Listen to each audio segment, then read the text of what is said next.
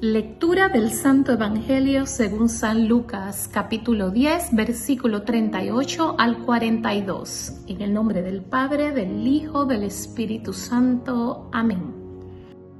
Siguiendo su camino, entraron en un pueblo y una mujer llamada Marta los recibió en su casa. Tenía una hermana llamada María que se sentó a los pies del Señor y se quedó escuchando su palabra. Mientras tanto, Marta estaba absorbida por los muchos quehaceres de la casa.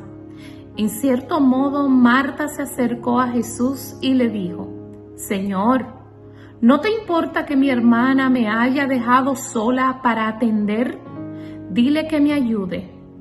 Pero el Señor le respondió: Marta, Marta, tú andas preocupada y te pierdes en mil cosas.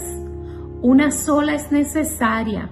María ha elegido la mejor parte, que no le será quitada. Palabra del Señor. Gloria a ti, Señor Jesús. Muy buenos días, mis hermanos, tengan todos en esta mañana tan hermosa que nos brinda el Señor. Este día la palabra no te habla a ti, me habla directamente a mí, me habla a mí, a Paola. Y es porque yo, en cierto modo, soy como esa Marta.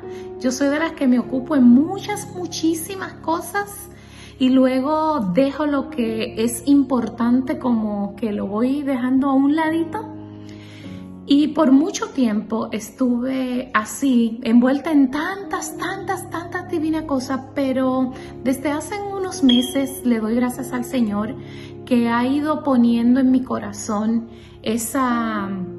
ha ido volviendo a retomar esa parte espiritual con Él, ese momento solamente de oración mío y del Señor, y le doy gracias a Dios que Él está haciendo eso en mí, porque por estar envuelta en tantas cosas que yo entendía que eran importantes, lo estaba dejando a Él.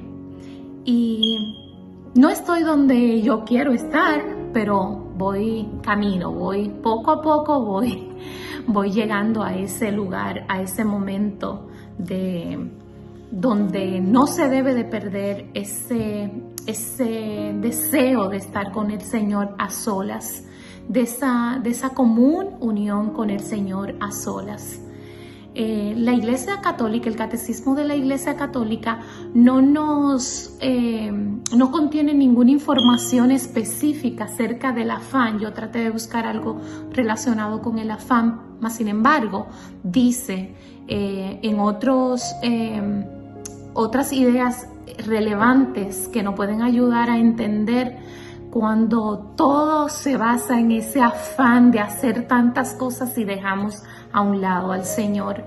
Dice el Catecismo de la Iglesia Católica que el deseo de Dios está inscrito en el corazón del hombre, ya que Dios creó al hombre para sí mismo. También enseña que la gracia de Cristo no se opone a la libertad del hombre, siempre que ésta corresponda al sentido de la verdad y del bien que Dios ha puesto en el corazón de las personas. Hoy, 8 de octubre, la Iglesia recuerda a dos santas mujeres que vivieron en el siglo IV y V. Ellas son Thais y Pelagia. Aunque ellas no se conocieron entre sí, dice, pero tenían un parecido en sus historias. Una era de Egipto, la otra era de Turquía, y voy a leer un poco porque me encantó mucho la historia de ellas dos y la voy a tratar de buscarla para poder indagar un poquito más sobre ellas dos. Dice que siendo muy jóvenes, las dos fueron seducidas por el desenfreno, la lujuria y las influencias de la cultura pagana del mundo. Thais fue una famosa meretriz, aunque fue criada en la parte cristiana desde niña, pero se alejó de esa parte de fe Pero sus hermanos en la fe oraron mucho y ella, luego de haber vivido entre esa perdición, en el escándalo y de haber avergonzado tanto a sus hermanos en la fe, ella vuelve y se reconcilia con el Señor, pide perdón y el Señor le perdona. Vive por 3 años en un monasterio solamente dedicada a la oración. Y Pelagia igual, pero ella no vivió ni nació dentro de una cuna cristiana ni nada, sino que siempre vivió y creció como pagana. Luego de haber escuchado una prédica del obispo de Antioquía, ella nace a la fe y es movida a ese corazón y da una conversión definitiva, y también se aleja en un monasterio, en un convento, para vivir en penitencia y en oración.